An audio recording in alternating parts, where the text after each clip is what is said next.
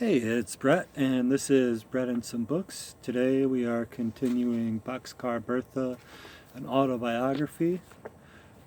Please like and subscribe. This is Chapter 3. There was no trouble getting on. Fat had located a brakeman who said he was sympathetic to the IWW, and toward midnight we took a streetcar out to where Southern Pacific Yards began. Fat had ruled out all luggage. Ina and I had crammed our pockets with a few necessities, pencil and paper, a nail file, and soap. We wore our plaid skirts, sweaters, and tams, and we pinned the little money we had into our underclothing. When we had got off the streetcar, we hung around the section gang's tool house for a few minutes while Fat talked to some other men waiting, and then he told us to keep still and follow him. We did, slipping along the line of smelly dark cattle cars and closed reefers until, without warning, he began climbing into the door of a boxcar. Without a word, we followed, and almost before we got our balance, there was a jerk, and he pulled us down alongside of him toward the front end of the car. And with a few more jerks and stops and backings, we were off. Ina and I were too excited to move. We could see in the dark that there were other figures squatting in the ends or braced against the sides. An occasional cigarette lit up a man's face. We knew there were other women because we had heard their voices, but everyone lay low because we were still passing lights. The streets and the lines of houses began to go by faster and faster, and soon everyone was shifting around to get comfortable, and we were out in the country with the lines of orange groves and clumps of palms flashing by. After a while there was a little moon. About 3 a.m. we stopped, and the brakeman and conductor climbed into the car with a lantern. There was a stir among the hobos. "Tickets," said the conductor. "And dig deep," added the brakeman. "It's going to cost you $2 apiece to make the next division."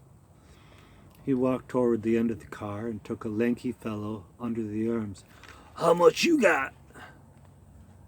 "Not a nickel. If I had, I'd be riding the cushions." "Well, ride this."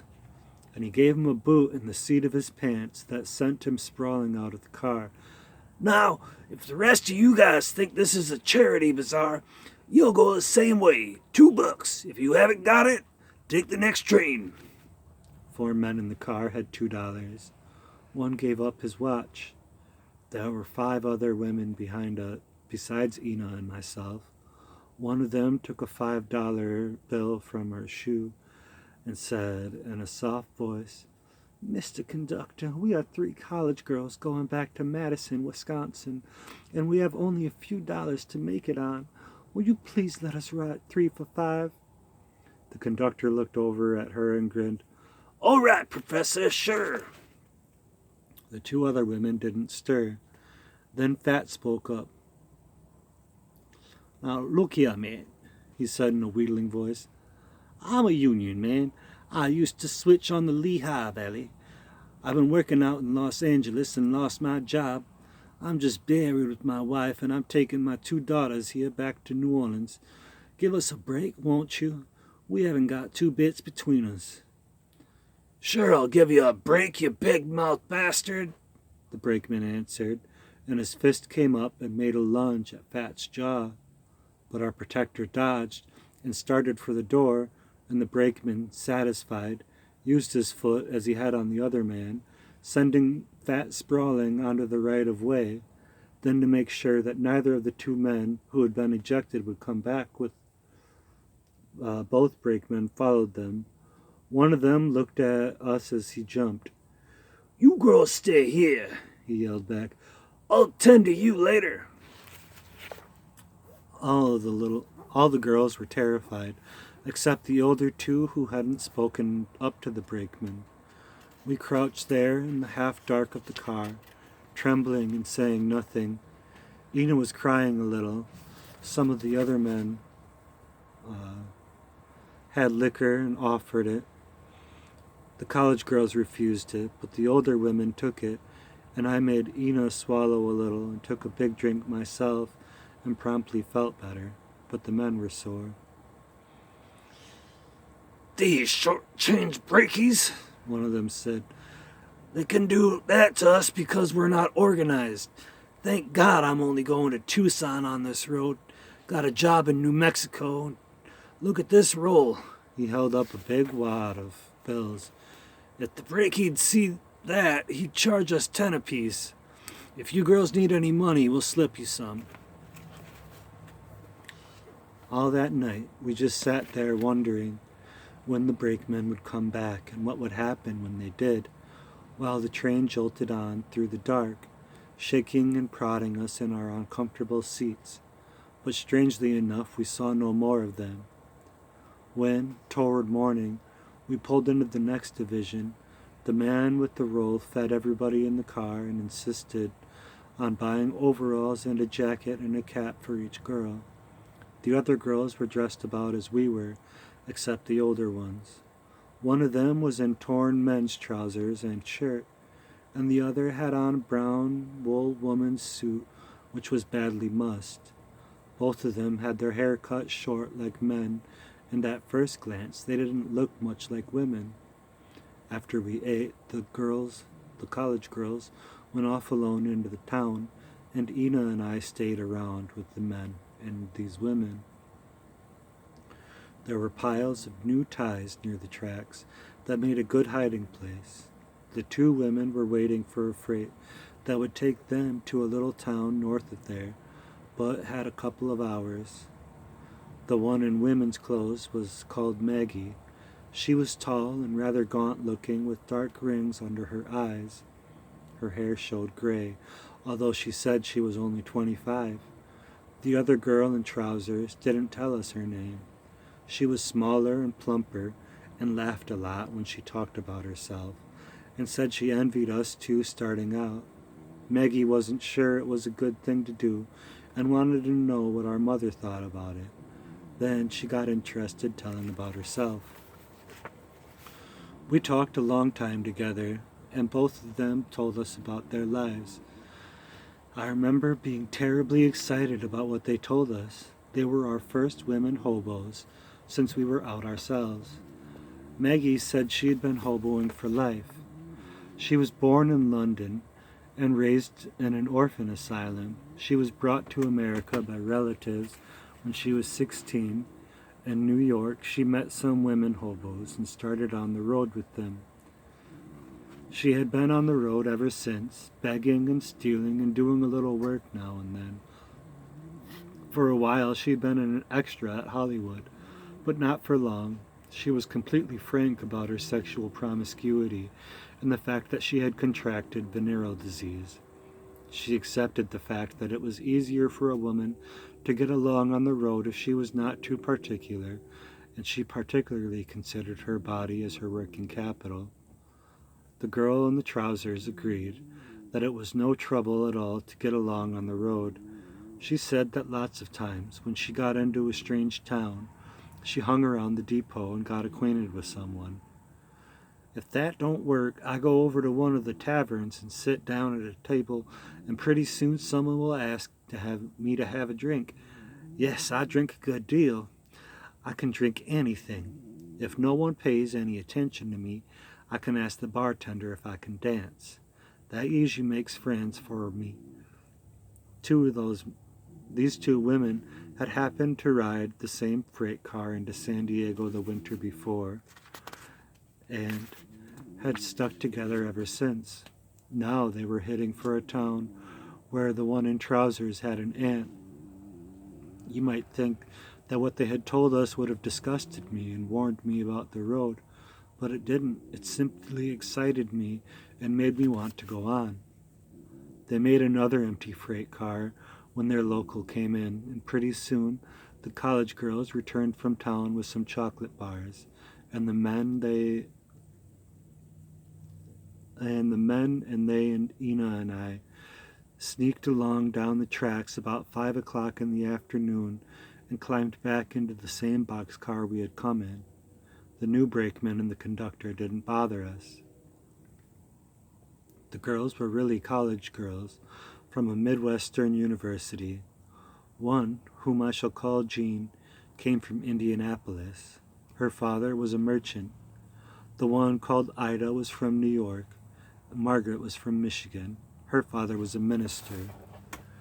They were all in their third year of college. They had decided that they needed to try something different for a lark and had persuaded their parents that they were making a study of different types of people for their college professor. They had hoboed their way to California and this far back without a single unpleasant experience, they said. They had decided that the life of a woman hobo was as safe as the life of a college student. Their clothes were about like ours, a little better material maybe, but much more rumpled and soiled. They said they threw away their underwear and bought new rather than carry any with them or wash it at night. They had money with them, and although they got a big kick out of bumming their way, they had actually paid for almost all of their own meals. Although that was a long time ago, their story about the meals fits most of the women on the road who are out from colleges to experiment, or to see just for a lark how it feels to bum rides. They can usually manage the rides, but they seldom get food free unless they repay the men who set it up for them with what every man wants from a woman. Our men friends didn't ask anything of us that time, however. Times were good for them. They had made good money on the coast. They insisted they wanted to go on the road, and on the road were like that. They insisted they wanted to go to their new job broke. In those days, many of the hobos on the road were like that.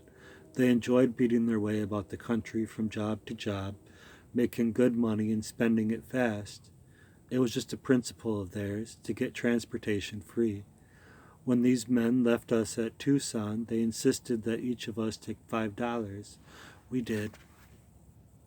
We hung around Tucson for a day, staying at a Y hotel that night in order to get baths. Early next evening, the college girls and Ina and I got another empty boxcar. Ina and I were pretty new to this, but the other girls had done it before and didn't hesitate even when the train crew saw us get on. I noticed that the crew took pains that no men hobos got into the car with us.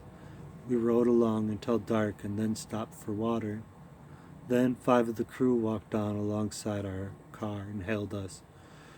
"Girls, get out and stretch your legs. Let's take a little walk over to the sagebush, smoke a cigarette, and have a drink." They spoke lightly, but to a purpose. Each man took a girl by the arm and attempted to pull us off in different directions, but I pulled back and faced the one tugging at me. "Look here, big boy," I said. "Do you know what you're doing? You're fixing to make a lot of trouble for yourselves. If you pull any rough stuff, you'll hear from our families and friends. You've all got wives and children at home, and you don't want to hurt. Let us have a drink and forget it." Then the oldest man in the bunch, with Jean, spoke. "The kid's right," he said. "Here, take this bottle, climb back into the car. We'll be friends." And so the first time that a brakeman tried to take payment from me passed off without anything happening. But the college girls were frightened, and since they had enough money to pay their way, they left the train at Bowie, Arizona, and bought tickets for themselves to El Paso, where we agreed to meet them later. We found them at the Sheldon Hotel, where we had the luxury of a bath and comfortable beds with which they furnished us. Jean's father was fairly well off and had apparently always given her what she wanted. She took a liking immediately to me and offered to help me through college. For a moment I was tempted to go along with her for a little while at least, if only because it would be a new experience. But then I remembered that Malatini would be in St. Louis in a few days, and that I wanted to be where he was. My one regret about the boxcar trip I had just taken was that it had been so slow. It was too late now for me to hear him speak in New Orleans, so I told Jean that if she'd help Ina and me get to St. Louis quick, we'd both be grateful. She agreed to that and took us to St. Louis in a drawing room, the first I'd ever ridden in, and gave us some money and went on. Ina and I rented in St. Louis a cheap room on Washington Street, and the next night went to hear Malatini. He was speaking in a big crowded hall and had already begun when we entered, but recognized us and insisted we come up on the platform and sit by him. He was speaking in Italian, so I could not understand the words, but I had a chance to watch the flow of emotion that passed over the crowd with the rise and fall of his wonderful voice. Suddenly there was a violent commotion at the back of the hall. A dozen police charged the platform. The audience lifted chairs and rushed the police. Clubs banged and men went down with bashed-in heads. One of the police was just about to strike Malatini with the butt of a gun. With all my strength I rushed him and tore it out of his hand. Someone from behind me struck a blow, and the next thing I knew, Ina, Malatini, 4 other men and I were in a patrol wagon. They did not book us girls, but took us to the women's department, where we were searched. I begged the matron to let me send a note to Malatini, and she refused until I offered her $3. Then she delivered the note for me. We all spent the night in jail. There was only one other woman there, and she wasn't booked either, but just allowed to sleep there till morning. She was an old Negro woman who had walked all the way back from Mount Meigs, Alabama. She was in search of her son, Joe. She had put Joe through Talladega College. Her hair was in kinks. Joe, she had her few belongings and a shoulder bundle. These were spotless. Her old feet were scarred from the cotton fields. People had given her rides and food. She had not heard from Joe for 8 months, but she was sure he was in St. Louis. She felt sure the police would find him for her. She was sure he needed her. I talked with her a long time, and when I teased her a little bit about being a tramp on the road like myself, she objected with dignity, maintaining soberly that she had only to travel that way to find her boy.